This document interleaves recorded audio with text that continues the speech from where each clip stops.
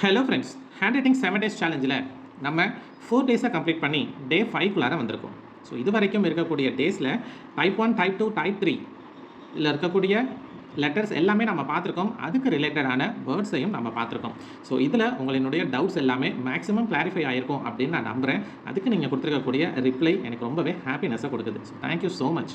And one more thing, நான் உங்கள்கிட்ட கேட்டுக்கிற ஒரே விஷயம், உங்களினுடைய டவுட்ஸை நம்ம வீடியோவுக்கு கீழே இருக்கக்கூடிய கமெண்ட் செக்ஷனில் கொடுத்தீங்க அப்படின்னா உங்களுக்கு டவுட்டை நாங்கள் கிளாரிஃபை பண்ணுறது இல்லாமல் மற்றவங்களும் அதே டவுட் என்ன அப்படின்றத அண்டர்ஸ்டாண்ட் பண்ணிட்டு இந்த ப்ராசஸ் என்னன்றதை தெரிஞ்சுக்கிறதுக்கும் ஈஸியாக இருக்கும். இன் அடிஷன் சில பேர் கேட்டிருக்கக்கூடிய விஷயம் என்ன அப்படின்னா, குழந்தைகள் பேனாவை பிடிக்கும்போது அவங்க இந்த 2 ஃபிங்கரில் தான் நம்ம பிடிக்கணும் அப்படின்னு நம்ம ஏற்கனவே பல தடவை வந்துட்டு சொல்லியிருக்கோம்.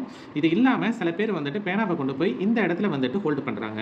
ஸோ சில பேர் என்ன பண்ணுறாங்க அப்படின்னா, இந்த 2 விரல்கள் தாண்டி 3 விரல்களையும் யூஸ் பண்ணி இந்த மாதிரி மெத்தடில் பிடிக்கிறாங்க அப்படின்ற மாதிரியும் சில ப்ராப்ளத்தை நீங்கள் கொண்டு வரீங்க. ஸோ இது ரொம்ப கஷ்டமான விஷயம் எதுவுமே இல்லைங்க, சிம்பிளாக தீர்க்கக்கூடிய விஷயம். ஸோ அதுக்கு செப்பரேட் வீடியோ அடுத்து நான் போட போகிறேன். ஸோ அதனால் மறக்காமல் நம்ம ட்ரா வித் ஜாக் சேனலை ஃபாலோ பண்ணிக்கோங்க. ஸோ இன் அடிஷன் நம்ம இது வரைக்கும் பார்த்த விஷயங்களில் என்னென்னலாம் உங்களுக்கு டவுட்ஸ் இருக்குது அப்படின்றத நீங்கள் எங்கள்கிட்ட கேட்டு கிளாரிஃபை பண்ணிக்கிறது இல்லாமல் உங்களினுடைய ஹேண்ட் ரைட்டிங்கும் எங்களுக்கு ஃபார்வர்ட் பண்ணியிருக்கீங்க. So thank you so much. So வழக்கம் போல் நம்மளினுடைய இன்னைய டேயில் நம்ம என்னென்ன விஷயங்கள் பார்க்க போகிறோம் அப்படின்னா, பவுண்டிங் லெட்டர்ஸ் அப்படின்னு சொல்லக்கூடிய எஃப்னுடைய கண்டினியூஷன், அதனுடைய ரிலேட்டட் வேர்ட்ஸ் பார்க்க போகிறோம். இங்கே நம்ம வந்துட்டு ஒரு சாம்பிள் ஹேண்ட் ரைட்டிங் நம்ம இங்கே கொடுத்துருக்கோம். இந்த சாம்பிள் ஹேண்ட் ரைட்டிங் எப்படிங்க இருக்குது, நல்ல நீட்டாகவே நல்ல அழகான லுக்கோட ப்ராப்பரான சைஸ் அண்ட் ஷேப்ஸோடு இருக்குது அப்படின்றத கண்டிப்பாக நீங்களும் ஒத்துப்பீங்க அப்படின்னு நான் நம்புகிறேன். அட் த சேம் டைம் இந்த ஹேண்ட் ரைட்டிங்கில் என்ன ஒரு ப்ராப்ளம் அப்படின்னா, சைஸ் மட்டும்தான் பிரச்சனை. அதாவது தெரியுதுங்களா, கேபிட்டலுக்கும் ஸ்மாலுக்கும் இருக்கக்கூடிய டிஃப்ரென்ஸ் ரொம்ப பெருசாக வந்துட்டு நமக்கு இந்த இடத்துல இண்டிகேட் ஆகலை. ஸோ அந்த மாதிரி இண்டிகேட் ஆகாததுனால பார்க்குறதுக்கு இது ஒரு பியூட்டிஃபுல் லுக்கை நமக்கு கொடுத்தாலும் அந்த லெட்டர்ஸினுடைய யூனிஃபார்மிட்டி அண்ட் லெட்டர்ஸினுடைய ஸ்டைல் அப்படின்றது நமக்கு இங்கே லேக் ஆகுது. ரைட், இந்த கரெக்ட் பண்ணி நம்ம எழுதணும் அப்படின்னா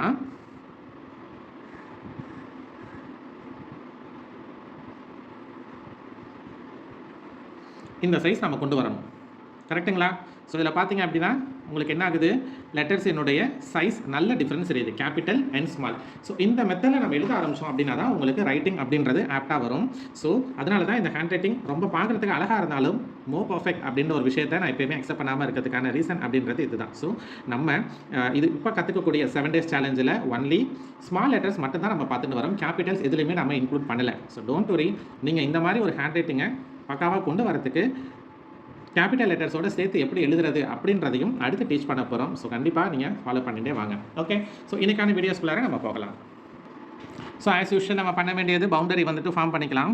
ஏன் வந்துட்டு இதில் எஃப்ஐ வந்துட்டு நம்ம ஸ்பெஷலாக வந்துட்டு எடுத்துகிட்டு வந்திருக்கோம் அப்படின்னா, நிறைய பேருக்கான கன்ஃபியூஷன் வர்றது அப்படின்றது இந்த எஃப்ல தான். ஏன் அப்படின்னு நான் திரும்ப உங்களுக்கு சொல்கிறேன், நல்லா மைண்டில் ஃபிக்ஸ் பண்ணிக்கோங்க. எஃப்ஐ பொறுத்த வரைக்கும் நம்ம பவுண்டிங் லெட்டர் அப்படின்னு சொல்கிறோம். அதாவது சில லெட்டர்ஸில் அப்பர் ஸ்ட்ரோக் நமக்கு இருக்கும், சில லெட்டர்ஸில் லோயர் ஸ்ட்ரோக் வந்துட்டு இருக்கும்.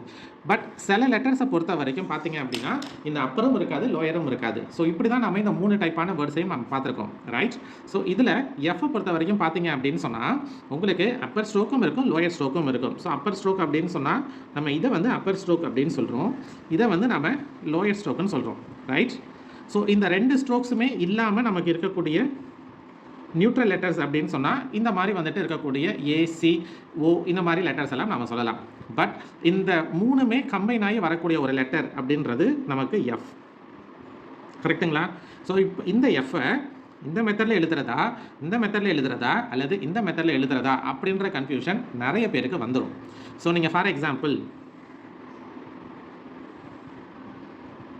இந்த மெத்தடை நீங்கள் எழுதி பாருங்கள், எப்படி இருக்குது, கரெக்டாக இருக்கா இல்லை இல்லையா?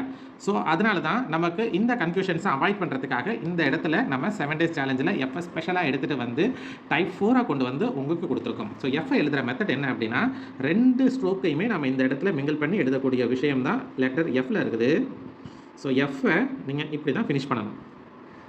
ஓகே, ஸோ அதாவது லைனினுடைய சென்டரில் உங்களுக்கு எஃப்னுடைய பேசிக் ஸ்டார்ட் ஆகி லைனை டச் பண்ணி அதனுடைய நாட் வந்து ஃபினிஷ் பண்ணணும்.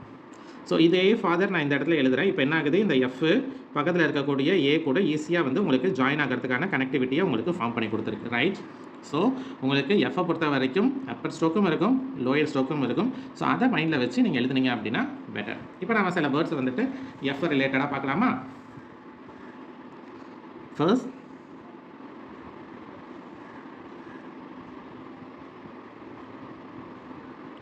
ஃபியர் பெருசாக தான் எழுதுகிறேன். ஒன்று உங்களுக்கு மெத்தட் தெரியணும், ரெண்டாவது ஸ்ட்ரோக்ஸ் எப்படின்றத நீங்கள் ஃபாலோ பண்ணணுன்றதுனால லெட்டர்ஸை பெருசாக தான் எழுதுகிறேன்.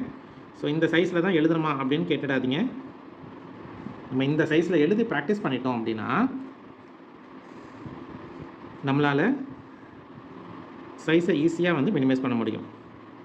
Fire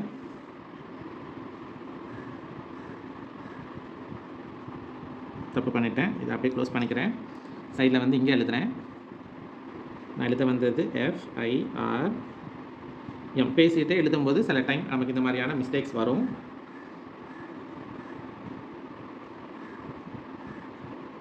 fix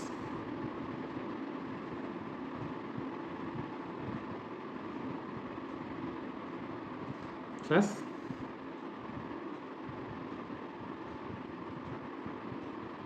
funny.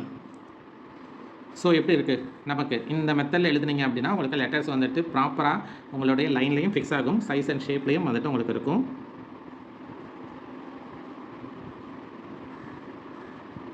Font right. So இந்த எஃப்பில்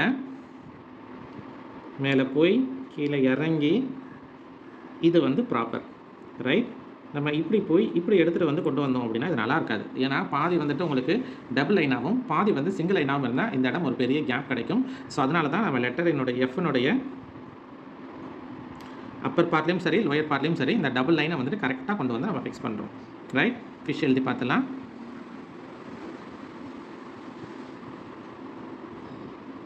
ஃபைவ் டேஸ் முடிச்சிட்டோங்க. நீங்கள் நல்ல வந்துட்டு எழுதி பார்த்துருந்தீங்க அப்படின்னா இந்த 5 டேஸ் உங்களுக்கு ஹேண்ட் ரைட்டிங் நல்ல ஃபேமிலியராக வந்திருக்கும். நம்ம கேபிட்டல்ஸோட மிங்கிள் பண்ணி எழுத ஆரம்பிக்கும் போது உங்கள் ஹேண்ட் ரைட்டிங் பக்காவாக வந்துட்டு வந்துடும். ஸோ நீங்களே எங்களுக்கு கால் பண்ணி உங்களுடைய சேஞ்சஸை எங்களுக்கு வந்துட்டு காட்ட போகிறீங்க.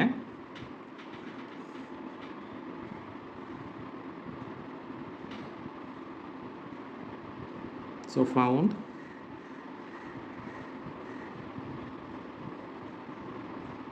இன்னொரு விஷயம் என்னென்னா மெயினாக நம்ம சொல்ல வேண்டியது கர்சிவ் ஹேண்ட் ரைட்டிங்கில் எல்லா லெட்டருமே ரைட் சைட் ஸ்லாண்டிங்கில் இருந்துச்சு அப்படின்னா தான் உங்களுக்கு அழகாக இருக்கும். ஸோ ரைட் சைட் ஸ்லாண்டிங் அப்படின்றது கர்சிவில் ரொம்ப முக்கியமான பார்ட்டை வந்துட்டு வைக்கக்கூடியது.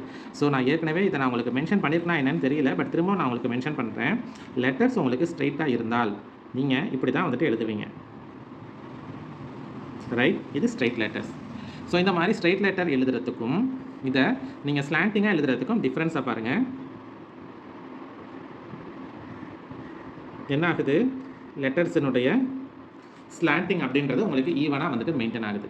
இந்த ஸ்லாண்டிங் மெயின்டைன் ஆகும்போது ஒரு லெட்டரை இன்னொரு லெட்டரோட கனெக்ட் பண்ணுறதுக்கான ஸ்பேஸ் நமக்கு கிடைக்கும். தென் இந்த லெட்டர்ஸ்க்கு நடுவில் இருக்கக்கூடிய கேப் அப்படின்றது உங்களுக்கு ப்ராப்பராக வந்துட்டு உங்களுக்கு மெயின்டைன் ஆகும். ஸோ அப்போ உங்களுடைய ஹேண்ட் ரைட்டிங் இன்னும் நீட் அண்ட் குட்டாக இருக்கும். So that's all. இன்றைக்கி டே 5 சக்ஸஸ்ஃபுல்லாக நம்ம முடிச்சிருக்கோம். ஸோ 5 வாரங்கள் கடந்து வந்திருக்கோம். ஸோ 7 டேஸ் தானே, ஒரே வாரத்தில் 7 டேஸையும் ஃபினிஷ் பண்ணிடலாம் அப்படின்னு நான் யோசிக்கல. காரணம் என்ன அப்படின்னா நீங்கள் இதை லேர்ன் பண்ணிக்கணும், ப்ராக்டிஸ் பண்ணணும். அதுக்கு அடுத்த வீடியோவுக்கு நீங்கள் வெயிட் பண்ணி அந்த வீடியோவில் வரக்கூடியதையும் நீங்கள் 1 வீக் ப்ராக்டிஸ் எடுக்கணும் அப்படின்றதுக்காக தான் நான் கேப் விட்டு போட்டுட்ருக்கேன். ஸோ ஐ ஹோப் இந்த விஷயங்கள் உங்களுக்கு ரொம்பவே ஹெல்ப்ஃபுல்லாக இருக்கும் அப்படின்னு நான் நம்புகிறேன். ஸோ நம்ம அடுத்து கேபிட்டல்ஸ் போட போகிறோம், தமிழ் போட போகிறோம்.